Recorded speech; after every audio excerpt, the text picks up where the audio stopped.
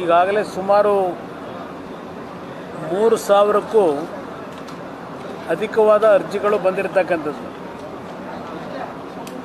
ನಾನೇ ಖುದ್ದು ತಾವು ಹೇಳಿದಂಥ ರೀತಿಯಲ್ಲಿ ನಿರಂತರವಾಗಿ 7 ಗಂಟೆಗಳ ಕಾಲ ಜನತೆಯ ಸಮಸ್ಯೆಗಳ ಒಂದು ಅಹವಾಲುಗಳನ್ನೇನು ಸ್ವೀಕಾರ ಮಾಡಿದ್ದೇನೆ. ಅದರಲ್ಲಿ ಹೆಚ್ಚಿನ ರೀತಿಯಲ್ಲಿ ಕಂದಾಯ ಇಲಾಖೆಯಲ್ಲಿ ಇರ್ತಕ್ಕಂಥ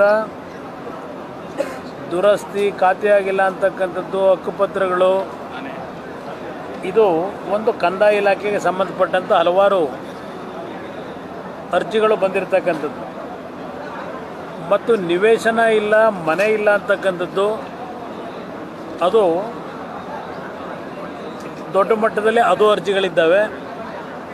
ಅದರ ಜೊತೆಯಲ್ಲಿ ನಿರುದ್ಯೋಗದ ಸಮಸ್ಯೆ, ಹಲವಾರು ಯುವಕರು ಮತ್ತು ಹೆಣ್ಣುಮಕ್ಕಳು ಕಂಪ್ಯೂಟರ್ ಸೈನ್ಸ್ ಮಾಡಿದ್ದಾರೆ, ಎಲೆಕ್ಟ್ರಾನಿಕ್ BA ಮಾಡಿದ್ದಾರೆ, ಸಿವಿಲ್ ಇಂಜಿನಿಯರ್ಸ್ ಇದ್ದಾರೆ, ಮೆಕ್ಯಾನಿಕಲ್ ಇಂಜಿನಿಯರ್ಸ್ ಇದ್ದಾರೆ, ITI, PUC, BCom, BScಗೆ ಆಮೇಲೆ MA, MSc ಪದವೀಧರಗಳು ಇದ್ದಾರೆ. ಅದು ಒಂದು ದೊಡ್ಡ ಮಟ್ಟದಲ್ಲೂ ಅರ್ಜಿ ಕೊಟ್ಟಿರ್ತಕ್ಕಂಥದ್ದು. ನಿರುದ್ಯೋಗದ ಸಮಸ್ಯೆ, ನಿವೇಶನಗಳ ಸಮಸ್ಯೆ, ಮನೆಗಳ ಸಮಸ್ಯೆ ಮತ್ತು ಸ್ಮಶಾನದ ಸಮಸ್ಯೆಗಳಿರ್ಬೋದು ಹಳ್ಳಿಯಲ್ಲಿ, ಮತ್ತು ಕಾಲುದಾರಿಗಳ ಸಮಸ್ಯೆ, ಹೀಗೆ ಹಲವಾರು ರೀತಿಯಲ್ಲಿ ಅರ್ಜಿಗಳೇನು ಬಂದಿದೆ. ವಿದ್ಯುತ್ ಶಕ್ತಿಯ ಇಲಾಖೆಗೂ ಸಂಬಂಧಪಟ್ಟಂಥ ಕೆಲವು ಸಮಸ್ಯೆಗಳಿದ್ದಾವೆ. ಅದೇ ರೀತಿಯಲ್ಲಿ ಆರೋಗ್ಯದ ಸಮಸ್ಯೆಗೆ ಒಳಗಾಗಿರ್ತಕ್ಕಂಥವ್ರು, ಆ ಒಂದು ವರ್ಗದ ಜನರು ಇದ್ದಾರೆ. ಸುಮಾರು ವಿಕಲಚೇತನರ 40ಕ್ಕೂ ಹೆಚ್ಚಿನ ಅರ್ಜಿಗಳನ್ನು ಖುದ್ದು ನಾನೇ ಸ್ವೀಕಾರ ಮಾಡಿದ್ದೇನೆ.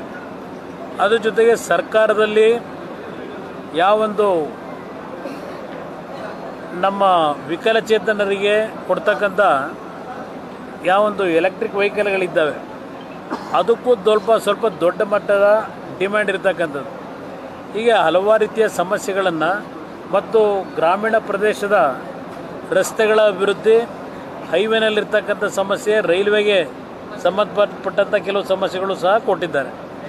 ಹೀಗೆ ಹೈವೇ ರೋಡ್ದು ಸಂಬಂಧಪಟ್ಟಂಥದ್ದು, ಅಂಡರ್ ಪಾಸ್ದು, ಪ್ಲಸ್ ಹಲವಾರು ಹಳ್ಳಿಗಳಿಗೆ ರಸ್ತೆಗಳ ಸೌಕರ್ಯಗಳು, ಒಳಚರಂಡಿ ವ್ಯವಸ್ಥೆ, ಈ ಎಲ್ಲ ಕಾಮಗಾರಿಗಳ ಬಗ್ಗೆನೂ ಅರ್ಜಿಗಳನ್ನು ಕೊಟ್ಟಿದ್ದಾರೆ. ಜೊತೆಯಲ್ಲಿ ವಿಶೇಷವಾಗಿ ಸಮುದಾಯ ಭವನಗಳ ಕಟ್ಟಡದ ಬಗ್ಗೆ ಅಲ್ಲೂ ಸಹ ದೊಡ್ಡ ರೀತಿಯಲ್ಲಿ ಅರ್ಜಿಗಳು ಕೊಟ್ಟಿದ್ದಾರೆ. ಇದೆಲ್ಲವನ್ನು ಸ್ವೀಕಾರ ಮಾಡಿದ್ದೇನೆ. ನಾನು ಇದೆಲ್ಲವನ್ನು ಬೈಫರ್ಕೇಟ್ ಮಾಡಿ ಯಾವ್ಯಾವ ಇಲಾಖೆಗಳಲ್ಲಿ ರಾಜ್ಯ ಸರ್ಕಾರಕ್ಕೆ ಸೇರಿರ್ತಕ್ಕಂಥದ್ದು ಕಾರ್ಯಕ್ರಮಗಳೇನಾಗಬೇಕಾಗಿದೆ ಅದೆಲ್ಲವನ್ನು ಸಂಬಂಧಪಟ್ಟಂಥ ಇಲಾಖೆಗೆ ಕೊಡ್ತಕ್ಕಂಥದ್ದು ಅಷ್ಟೇ ಅಲ್ಲ, ನಾನೇ ಅದನ್ನು ನಮ್ಮ ಅಧಿಕಾರಿಗಳು ಏನಿದ್ದಾರೆ ಅವರೆಲ್ಲರೂ ಪ್ರತಿನಿತ್ಯ ಸೂಪರ್ವಿಷನ್ ಮಾಡ್ತಾರೆ. ಅರ್ಜಿಗಳನ್ನು ಕೊಟ್ಟಿದ್ದೇವೆ. ಕೋರ್ಟ್ನ ವ್ಯಾಜ್ಯಗಳನ್ನು ಹೊರತುಪಡಿಸಿ ಇನ್ನುಳಿದಂಥ ಎಲ್ಲ ಅರ್ಜಿಗಳು ಇವತ್ತು ಕಾರ್ಯರೂಪಕ್ಕೆ ಬರ್ತಕ್ಕಂಥ ಅರ್ಜಿಗಳೇ ಇದ್ದಾವೆ. ನಿರುದ್ಯೋಗದ ಸಮಸ್ಯೆಗೆ ನಾನೊಂದು ಮಾತು ಹೇಳಿದ್ದೇನೆ. ಒಂದು 2-3 ತಿಂಗಳು ನನಗೆ ಅವಕಾಶ ಬೇಕು ನಿರುದ್ಯೋಗದ ಸಮಸ್ಯೆಗೆ ಪರಿಹಾರ ಕಲ್ಪಿಸಲಿಕ್ಕೆ. ಏಕೆಂದರೆ ಭಾಳ ಜನಕ್ಕೆ ಈಗಾಗಲೇ ಕೇಂದ್ರದಲ್ಲಿ ಭಾರಿ ಕೈಗಾರಿಕಾ ಸಚಿವನಾಗಿ ಮತ್ತು ಉಕ್ಕು ಇಲಾಖೆ ಸಚಿವನಾಗಿ ಉದ್ಯೋಗವನ್ನು ಕೊಡಿಸ್ಲಿಕ್ಕೆ ಅವಕಾಶ ಇದೆ ಅಂತಕ್ಕಂಥದ್ದು ಕೆಲವರೆಲ್ಲ ಅಭಿಪ್ರಾಯಗಳಿದೆ. ಅದರಿಂದಲೇ ಇವತ್ತು ಹೆಚ್ಚಿನ ರೀತಿಯಲ್ಲಿ ಉದ್ಯೋಗದ ಬಗ್ಗೆ ಅರ್ಜಿಯನ್ನು ಕೊಟ್ಟಂಥವರು ಹೆಚ್ಚಿನ ಸಂಖ್ಯೆಯಲ್ಲಿ ಇದ್ದಾರೆ.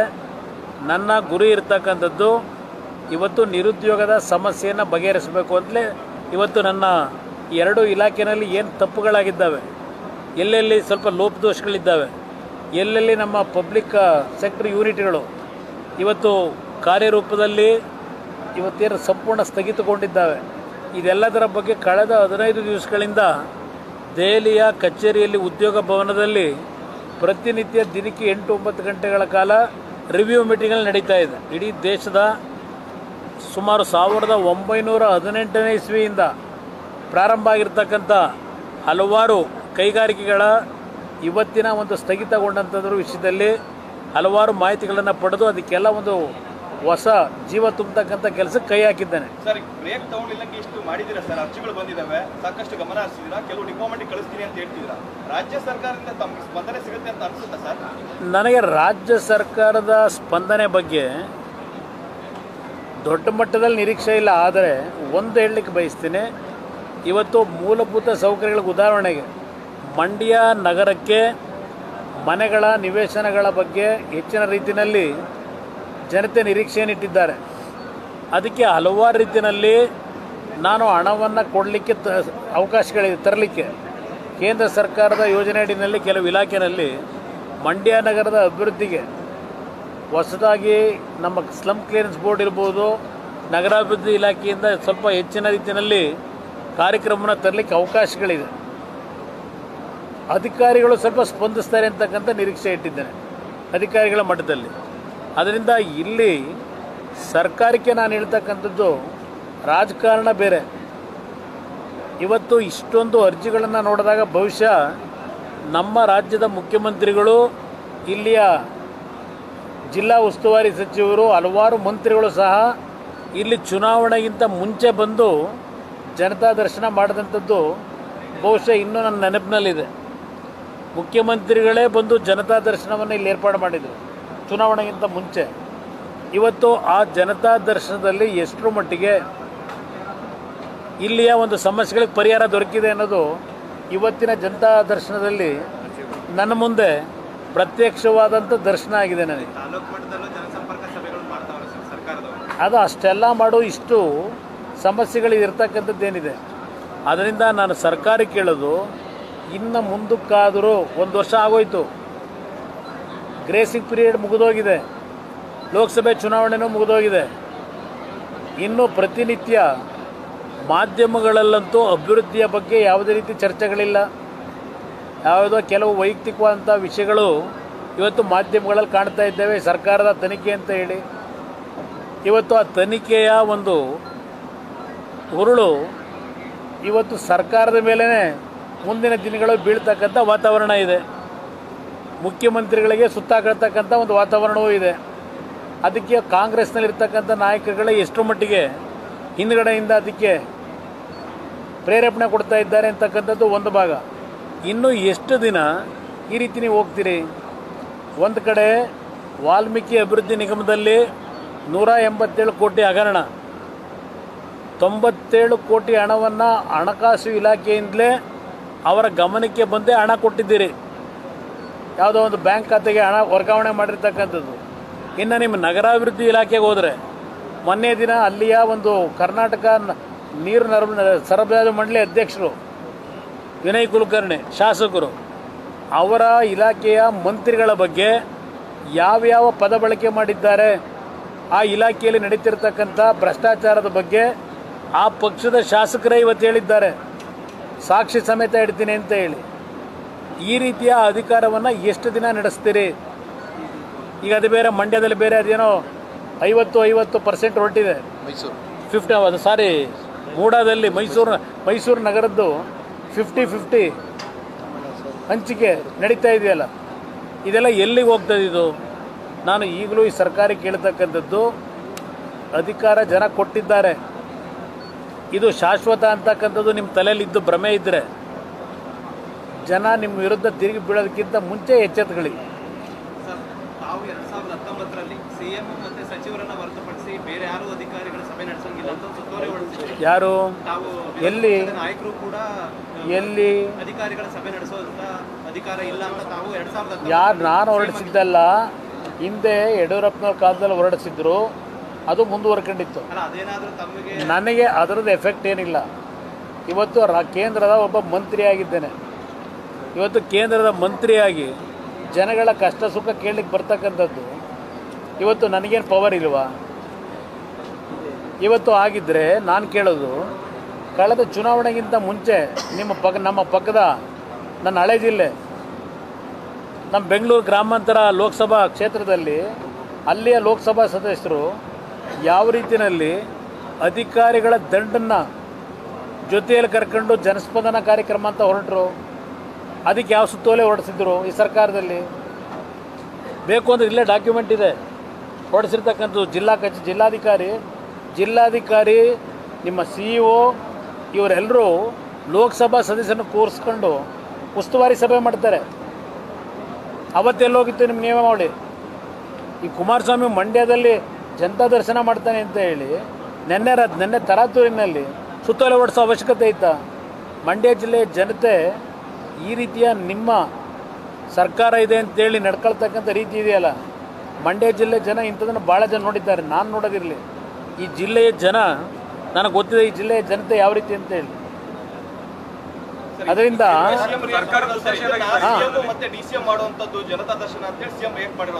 ಜಾತಿ MLAಗಳಿಗೆ ಮಾಡೋಕ್ಕೆ ಪವರ್ ಇಲ್ವಾ? ಆ ಕ್ಷೇತ್ರದಲ್ಲಿ ಶಾಸಕರಿಗೂ ಅವರ ಕ್ಷೇತ್ರದ ತಹಶೀಲ್ದಾರ್ನ ಕರ್ಕೊಂಡು ಹಳ್ಳಿ ಮೇಲೆ ಹೋಗ್ತಾರಲ್ಲ, ಇಲ್ವಾ? ಜನತೆಯಿಂದ ಆಯ್ಕೆಯಾದಂಥ ಪ್ರತಿನಿಧಿಗೆ ಅವಕಾಶಗಳಿದ್ದಾವೆ, ಅವರವರದೇ ಆದಂಥ ಲಿಮಿಟೇಷನ್ ಇದೆ, ಗೊತ್ತಿದೆ ನನಗೆ. ಈಗ ನಾನು ಕೇಂದ್ರದ ಮಂತ್ರಿ ಬಂದಾಗ ಯಾವ ರೀತಿ ಸೆಕ್ಯೂರಿಟಿ ಕೊಡಬೇಕು ಅಂತಕ್ಕಂಥದ್ದು ಈ ಸರ್ಕಾರಕ್ಕೆ ಏನಾದರೂ ಇದಿದೆಯಾ? ಸ್ವಲ್ಪ ಜ್ಞಾನ ಇದೆಯಾ ಅವರಿಗೆ ಸರ್ಕಾರಕ್ಕೆ? ಸರ್, DCM ಕೇಳ್ತಾರೆ, ದೆಹಲಿಗೆ ಹೋಗಿ ನಾವು ಅಲ್ಲಿ ಅಧಿಕಾರಿಗಳನ್ನ ಬಳಸ್ಕೊಳ್ಳೋದಕ್ಕೆ ಆಗುತ್ತಾ ಅಂತ ಏನ್ ಮಾಡ್ತಾರೆ. DCM ಹೇಳ್ತಾರೆ, ಕುಮಾರಸ್ವಾಮಿ ಅವರು ಇಲ್ಲಿ ಬಂದು ಹೇಳ್ತಿದಾರಲ್ಲ, ಹಳ್ಳಿಗೆ ಹೋಗಿ ದರ್ಶನ ಮಾಡ್ಲಿ, ಆದ್ರೆ ನಾವು ಇಲ್ಲಿಂದ ಡೆಲ್ಲಿಗೆ ಹೋಗಿ ಅಲ್ಲಿನ ಅಧಿಕಾರಿಗಳನ್ನ ಬಳಸ್ಕೊಳ್ಳೋದಕ್ಕೆ ಆಗುತ್ತಾ ಅಂತ. ಏನ್ ಹಳ್ಳಿಗಳನ್ನ ದೆಹಲಿಗೆ ಹೋಗಿ? ಅಧಿಕಾರ ವ್ಯಾಪ್ತಿ ಮೀರಿ ನಾವು ಡೆಲ್ಲಿಗೆ ಹೋಗಕ್ಕೆ ಈಗ ಕರ್ನಾಟಕ ರಾಜ್ಯ ಸರ್ಕಾರದ ಬೇಡಿಕೆಗಳನ್ನು ಇವತ್ತು ಕಾರ್ಯರೂಪಕ್ಕೆ ತರಲಿಕ್ಕೆ ಮುಖ್ಯಮಂತ್ರಿಗಳ ಸಮೇತವೇ ಮೊನ್ನೆ ದೆಹಲಿಗೆ ಬಂದ್ರಲ್ಲ, ಯಾರ ಮುಂದೆ ಅದು ಅರ್ಜಿ ಇಟ್ಕೊಂಬಂದ್ರಿ? ಮುಖ್ಯಮಂತ್ರಿ ಉಪಮುಖ್ಯಮಂತ್ರಿ ದೆಹಲಿನಲ್ಲಿ ಏನು ಅರ್ಜಿ ಇಟ್ಕೊಂಬಂದ್ರಿ ನಮ್ಮ ಹತ್ರ? ಇದು ಫೆಡರಲ್ ಸಿಸ್ಟಮ್ಮು. ಇದರಲ್ಲಿ ಕೇಂದ್ರ ಸರ್ಕಾರ ರಾಜ್ಯ ಸರ್ಕಾರದ ಪ್ರಶ್ನೆ ಅಲ್ಲ, ನಮ್ಮ ಜವಾಬ್ದಾರಿಗಳಿದೆ.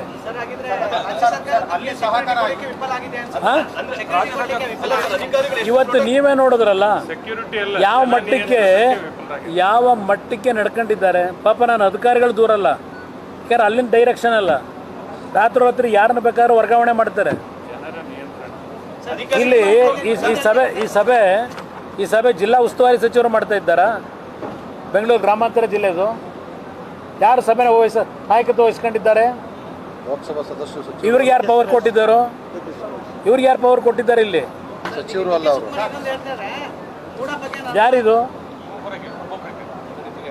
ಯಾರಿದು ನಡೆಸ್ತಾರೆ ಸಭೆನ? ಯಾವನ್ ಕೊಟ್ಟವನಿದ್ದಾನ ಅಧಿಕಾರ?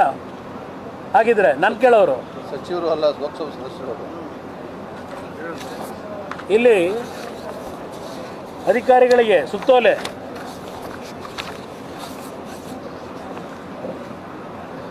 ಅಧಿಕಾರಿಗಳಿಗೆ ಒಬ್ಬ ಲೋಕಸಭಾ ಸದಸ್ಯನ ಜೊತೆ ಬರಬೇಕು ಅಂತ ಹೇಳಿ ಎಷ್ಟು ಪ್ರೋಟೋಕಾಲ್ ಕೊಡಬೇಕು ಅಷ್ಟು ಕೊಟ್ಟಿದ್ದಾರೆ ಅಧಿಕಾರಿಗಳು ಅಂತ ಹೇಳಿ ಸರ್ ಶಿವಕುಮಾರ್. ಇಲ್ಲಿವರೆಗೆ ನೋಡಿ, ನಾನು ಪ್ರೋಟೋಕಾಲ್ ಮೇಲೆ ರಾಜಕಾರಣ ಮಾಡ್ತಾ ಇಲ್ಲ. ಇವತ್ತು ನಾನು ಪ್ರತಿ ಜಿಲ್ಲೆಗೆ ಬಂದಾಗ ನಿಮ್ಮ ಪ್ರೋಟೋಕಾಲ್ ಯಾವ ರೀತಿ ನಡ್ಕೊಂಡಿದ್ದೀರಿ ಗೊತ್ತಿದೆ ನನಗೆ, ಯಾವ ರೀತಿ ನಡೆಸ್ಕೊಂಡಿದ್ದೀರಿ ನನ್ನಂತೇಳಿ. ನನಗೆ ಪ್ರೋಟೋಕಾಲ್ ಅವಶ್ಯಕತೆ ಇಲ್ಲ. ನನ್ನ ಜನ ಇದ್ದಾರೆ ಪ್ರೋಟೋಕಾಲ್ ಕೊಡೋದಕ್ಕೆ. ನಿಮ್ಮ ರಾಜ್ಯ ಸರ್ಕಾರದ ಪ್ರೋಟೋಕಾಲ್ ನಂಬಿ ನಾನು ರಾಜಕೀಯ ಮಾಡ್ತಾ ಇಲ್ಲ. ನಾನು ಇದನ್ನು ಭಾಳ ಸ್ಪಷ್ಟವಾಗಿ ಹೇಳ್ತೇನೆ. ಅದರ ಸಂಶಯವೇ ಇಲ್ಲ. ನಾನು ನಿಮ್ಮ QSILದು 2800 ಕೋಟಿ ಸರ್ಕಾರದ ಆದಾಯ ಬರುತ್ತೆ. ಇದೇ ಸರ್ಕಾರ ಹಿಂದೆ ಅರಣ್ಯ ಇಲಾಖೆಯ ಗಣಿ ಪ್ರದೇಶದ ಒಂದು ಚಟುವಟಿಕೆಗೆ ಅದನ್ನು ಉತ್ಪಾದನೆ ಮಾಡಲಿಕ್ಕೆ ಆದೇಶ ಕೊಟ್ಟವರು ಇದೇ ಮುಖ್ಯಮಂತ್ರಿಗಳು. ನಾನು ಇವತ್ತು ಆರ್ಥಿಕವಾಗಿ ಆ QSILಗೆ ಹಣವನ್ನು ಇವತ್ತು ಯಾವ ರೀತಿಯಲ್ಲಿ ಬಂಡವಾಳ ಹಾಕಬೇಕಾಗಿದೆ ಅದಕ್ಕೆ ಒಪ್ಪಿಗೆ ಕೊಟ್ಟಿದ್ದೀನಿ. ರಾಜ್ಯ ಸರ್ಕಾರಕ್ಕೆ 2800 ಕೋಟಿ ತೆರಿಗೆ ಆದಾಯ ಬರುತ್ತೆ ಇವರಿಗೆ. ಇದು ನಾನು ಮಾಡಿರೋ ಕಾರ್ಯಕ್ರಮ ರಾಜ್ಯಕ್ಕೆ ಸರ್ಕಾರಕ್ಕೆ. ನೀವೇನು ಮಾಡ್ಲಿಕ್ಕೆ ಹೊರಟ್ರಿ? ಆ ಕಾರ್ಯಕ್ರಮ ನಿಲ್ಲಿಸ್ತೀನಿ ಅಂತ ಹೊರಟ್ರಿ. ಇವತ್ತು HMT ಏನು ಮಾಡಿದ್ದೀರಿ? HMT ಅಲ್ಲಿರ್ತಕ್ಕಂಥ ಭೂಮಿ ಯಾರ್ಯಾರು ಹೊಡೆದಿದ್ದೀರಿ ತನಿಖೆ ಮಾಡ್ತೀರಾ? ಏನೇನಾಗಿದೆ? HMT 1974 ಆ ಸಂಸ್ಥೆ ಪ್ರಾರಂಭ ಆದಾಗ 8,000 ಜನ ಉದ್ಯೋಗ ಮಾಡ್ತಾಯಿದ್ರು. HMTನಲ್ಲಿ 8,000 ಜನ ಕುಟುಂಬಗಳು ಬದುಕ್ತಾಯಿತ್ತು. ಅಲ್ಲಿ 280 ಕೋಟಿ ಆದಾಯ 75, 77, 78ರಲ್ಲಿ 350 ಜನ ಯಾವೊಂದು ಹೊಸ ಒಂದು ಪ್ರೈವೇಟ್ ಕಂಪನಿ ಬಂತು, ಅಲ್ಲಿ ಕೆಲಸ ಮಾಡ್ತಿದ್ದ ಇಂಜಿನಿಯರ್ಗಳು ಅಲ್ಲಿಗೆ ಹೋದ್ರೆ ಎಲ್ಲ ಮುಗೀತು ಆ ಕಾರ್ಖಾನೆ. ಇವತ್ತವ್ರಿಗೆ ಯಾರಾದರೂ ಚಿಂತೆ ಮಾಡಿದ್ದೀರಾ? 6 ರಾಜ್ಯಗಳಲ್ಲಿ ಇವತ್ತು HMTಯ ಬ್ರ್ಯಾಂಚ್ಗಳಿದ್ದಾವೆ. ಪ್ರತಿಯೊಂದು ಬ್ರ್ಯಾಂಚ್ಗಳಿಗೆ ಭೇಟಿ ಕೊಡ್ತಾ ಇದ್ದೇನೆ, ಯಾವ ರೀತಿ ಅದಕ್ಕೆ ಜೀವ ತುಂಬಬೇಕು ಅಂತೇಳಿ. ಸುಮ್ಮನೆ ಕಡುಬು ಕಡಲಿಕ್ಕೆ ಕೂತಿಲ್ಲ ನಾನು ಇಲ್ಲಿ. ಸರ್ಕಾರಕ್ಕೆ ಏನಾದರೂ ಈ ರಾಜ್ಯದ ಅಭಿವೃದ್ಧಿ ಅನ್ನೋದು ಬೇಕಿದ್ರೆ ಸದ್ಬಳಕೆ ಮಾಡ್ಕೊಳ್ಳಿ. ಬರೀ ಇಲ್ಲಿ ದಿನ ಜಾಗಟೆ ಹೊಡ್ಕೊಂಡು ಹೋದ್ರಲ್ಲ, ಕೇಂದ್ರ ಸರ್ಕಾರದಿಂದ ನಮಗೆ ಅನ್ಯಾಯ ಏನು ಅನ್ಯಾಯ ಮಾಡಿದ್ದಾರೆ? ನಿಮ್ಮ ಕರ್ತವ್ಯ ಮಾಡೋದ್ರಲ್ಲಿ ನೀವು ತಪ್ಪು ಮಾಡ್ಕೊಂಡಿದ್ದೀರಿ. ಪ್ರತಿಯೊಂದಕ್ಕೂ ಕೇಂದ್ರ ಸರ್ಕಾರ ಅನ್ಯಾಯ ಅಂತ ಹೇಳ್ತೀರಿ. ಚನ್ನಪಟ್ಟಣ ಬೈ ಎಲೆಕ್ಷನ್ ಸರ್ ಗಮನದಲ್ಲಿ ಇಟ್ಕೊಂಡು ತಮ್ಮ ಜನತಾ ದರ್ಶನಕ್ಕೆ ಈ ರೀತಿ ಬ್ರೇಕ್ ಹಾಕೋ ಕೆಲಸ ಆಗ್ತಿದೆಯಾ ಸರ್? ಇದೆಲ್ಲ ಏನಾಗಲ್ಲ ಬನ್ನಿ. ಈಗ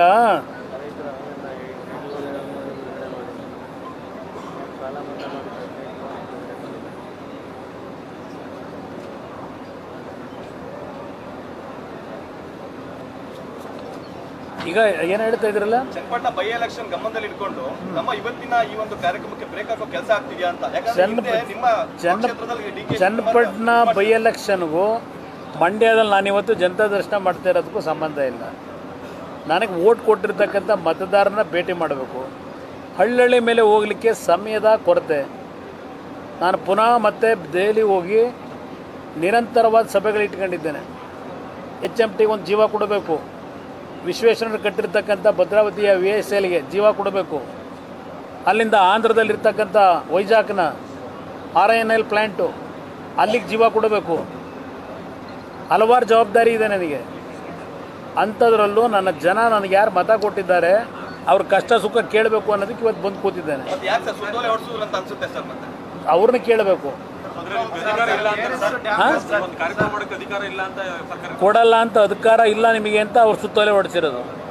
ಯಾರು ಅಧಿಕಾರಿಗಳು, ಯಾವುದೇ ಅಧಿಕಾರಿಗಳು ಕುಮಾರಸ್ವಾಮಿಯವರ ಜನತಾ ದರ್ಶನಕ್ಕೆ ನೀವು ಸ್ಪಂದಿಸಬಾರದು ಅಂತಕ್ಕಂಥ ಸಂದೇಶ ನೆನ್ನೆ ಕೊಟ್ಕೊಂಡಿದ್ದಾರೆ.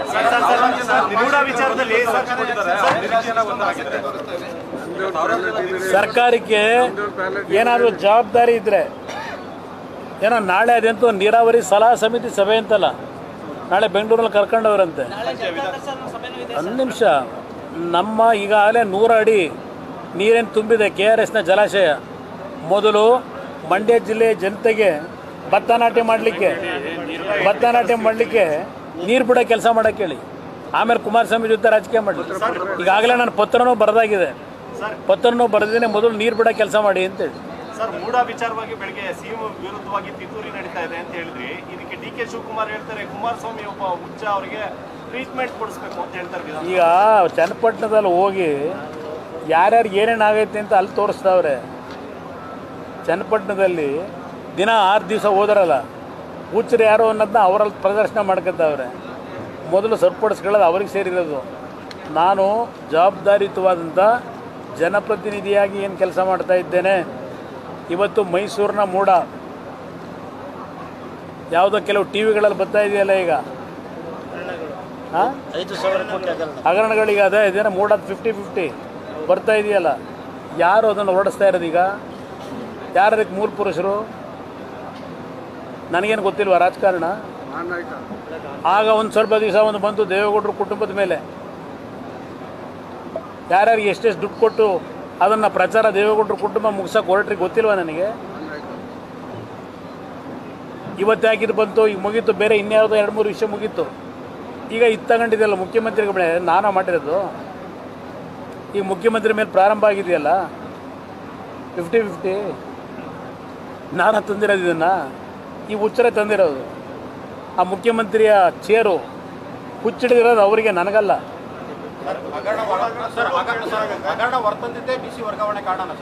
ಯಾವ್ದು ಹೇಳಿ? ಈಗ ಈ ಸರ್ಕಾರದಲ್ಲಿ ಯಾವ್ಯಾವ DCಗಳನ್ನು ವರ್ಗಾವಣೆ ಮಾಡಿದ್ದಾರೆ, ಯಾವ್ಯಾವ ಪೊಲೀಸ್ ಏರಿಯಾ ಅಧಿಕಾರಿಗಳನ್ನ ವರ್ಗಾವಣೆ ಮಾಡಿದ್ದಾರೆ, ಅವರು ಯಾವ ವರ್ಗಕ್ಕೆ ಸೇರಿರ್ತಕ್ಕಂಥವರು, ಅದೆಲ್ಲವನ್ನು